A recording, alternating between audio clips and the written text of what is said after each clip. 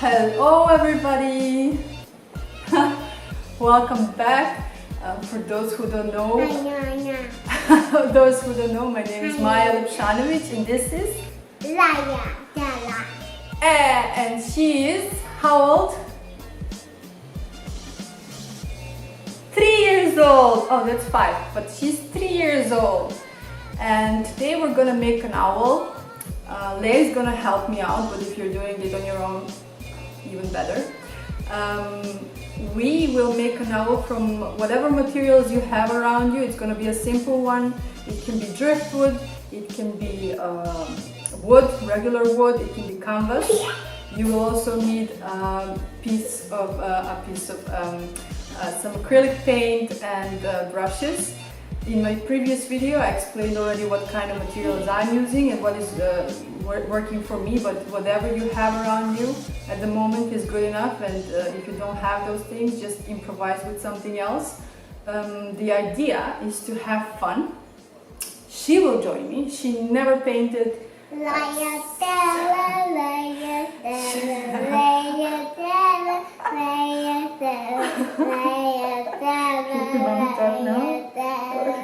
No. What are we going to paint? Wow. Wow. As Leah said, we will make a wow today. So we are starting with painting driftwood in white. The reason why I like to do that is because driftwood itself is dark, and if I put any color, the color that I want to use as a background right away, it's just going to be needed to put few layers of it. So for me it's easier to apply white paint first, let it dry good, and then apply the desired color, and then we're done to start painting the owl.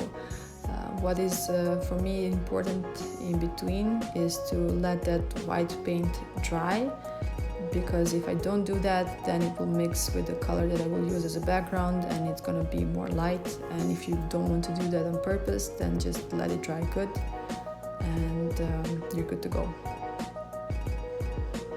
After the white paint, we're applying the background color. Leia is using her favorite color, pink, and I will use my favorite color, and that is turquoise, because we live on Aruba and that is the color that is surrounding us. Definitely my favorite color so far. What I suggest also is that you begin by choosing the color palettes that you will use, and be careful with the background color and the colors that you will put on top of the owl, that they're not kind of the same shades or same colors, because you need the owl to pop out. Also, think about where is it going to be in your house, if you're going to hang it, what are the colors of the wall, colors of the furniture, so it kind of matches with it, that it's kind of in a harmony with it. After the background color dried, we will start putting the base of the owl. I always start with eyes, and I make kind of like 2 circles, not in the middle, a little bit above that, actually above the middle, and that's how I started. Just 2 white circles, and then I just continue doing, like, adding on like a beak, the body. I will add antennas and some feathers, some wings, and that is your base for an owl, so you know what is where and you don't get lost in process. I don't use pencil, that is not my style, I kind of freestyle it, but if you feel more comfortable with it, you can do that. I just do it a lot, and I kind of never used it. It's nothing precise, so you don't have to worry. Even if you make a mistake, you can always paint it over, so it's super easy with this type of painting and style that we are using.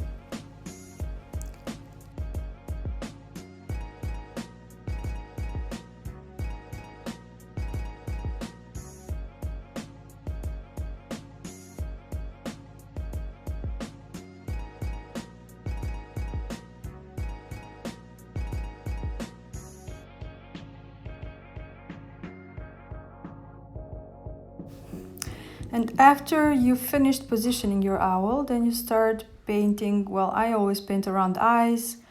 Sometimes I just make 2 circles, and sometimes I just make the entire head, like I'm gonna do it now. As I said, this is the moment where you have to use colors that will pop out from the background and make it visible, especially that you're using like a white color for the eyes, and that will stay like that.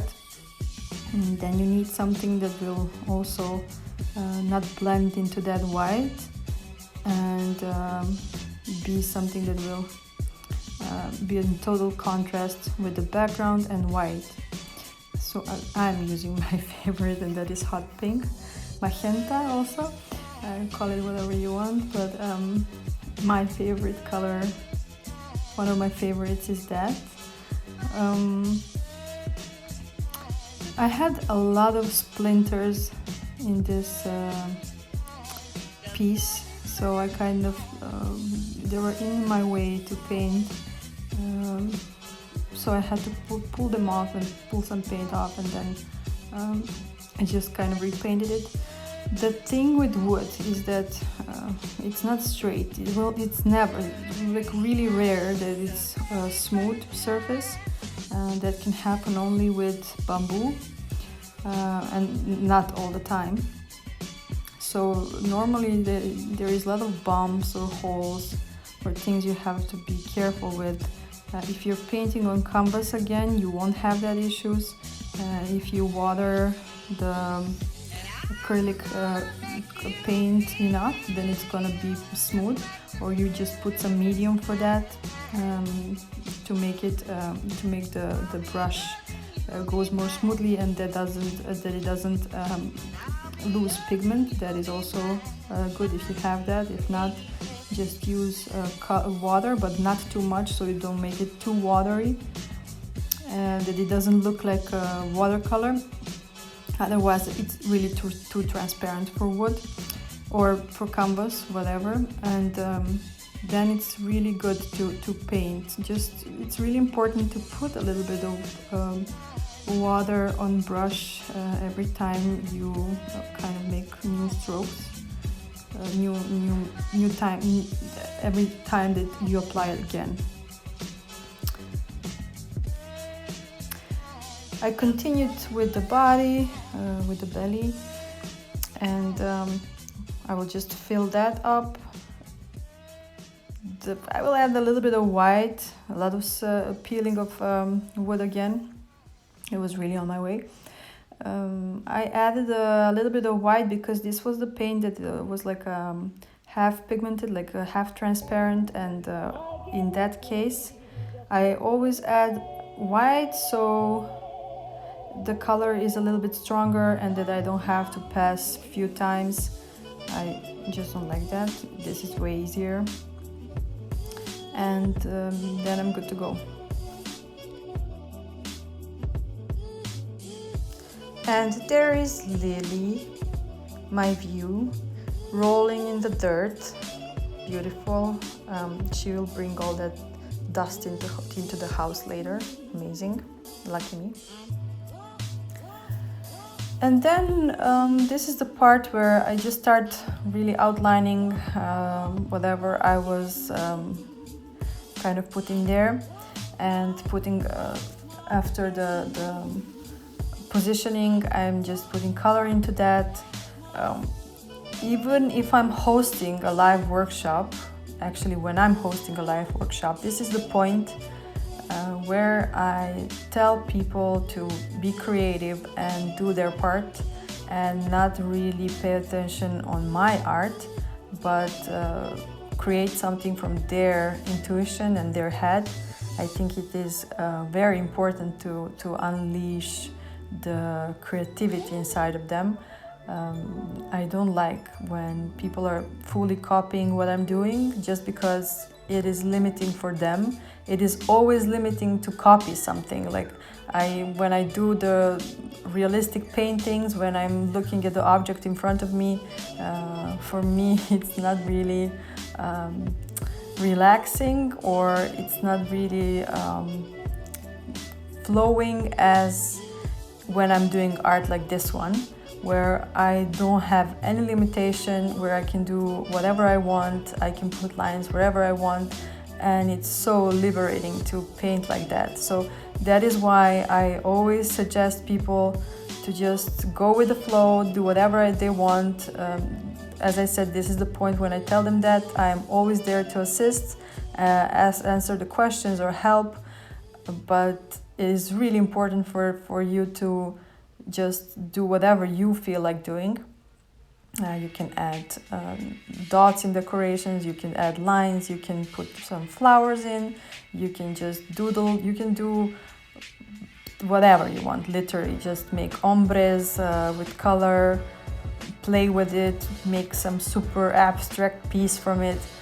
I really enjoy seeing all different kinds of designs and shapes and what is making all of us different, and that is the thing that is really seen through people's art, how we are all different.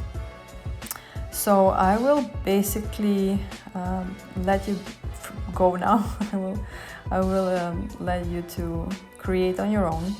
I think I said everything that I have to say, and as I said, this is your part that you have to do on your own. So I hope you will enjoy it. I hope it will help you out in a way. I hope that you will feel the same way as I do after I finish the piece of art, and that is like kind of easier and with less thoughts in my head, more light in a way. So I will see you in next video, and enjoy it. Bye!